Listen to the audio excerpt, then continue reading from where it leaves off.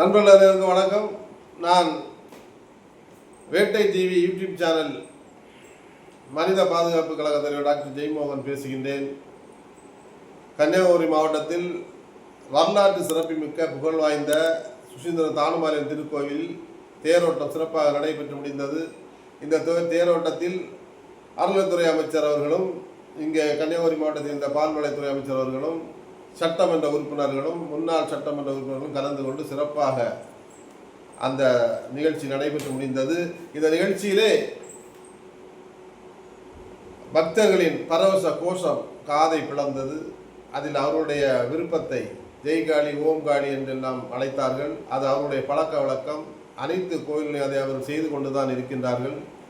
அதில் நாம் தலையிடுவதற்கு யாருக்கும் எந்த உரிமையும் இல்லை என்பதுதான் உண்மை.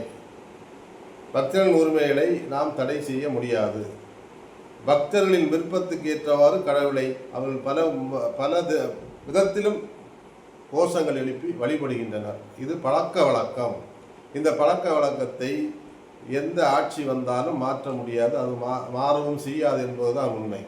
இந்த காலகட்டத்திலே சிறுபான்மையரை பாதுகாக்கிறேன் என்ற ஒரு வார்த்தையை உருவாக்கி கொண்டு சிறுபான்மையரை பாதுகாப்பது போல் இந்த தேரோட்டத்திலே அமைச்சர்களும் முன்னாள் சட்டமன்ற உறுப்பினர்களும் சில பிரச்சனைகளை உருவாக்கி சாப்பாடு தான் தின்கிறீர்களா இல்லை பிஏ தான் தின்கிற என்ற வார்த்தைகள் எல்லாம் வந்ததாக தகவல் வந்தது. இது மிகவும் கண்டிக்கத்தக்கது.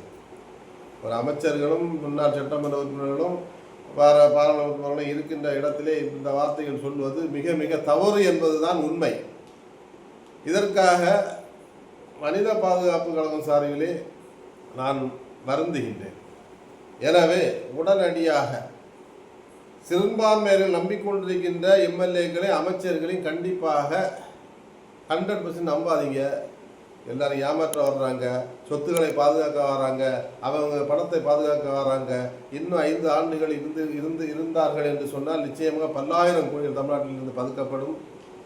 மக்கள் கஷ்டம்தான் அனுபவிப்பார்கள். இலவசம் என்ற பெயரிலே ஏமாற்ற நினைப்பவர்களுக்கு வருகின்ற சட்டமன்ற தேர்தலிலே சரியான பாடத்தை நாம் புகட்ட வேண்டும்.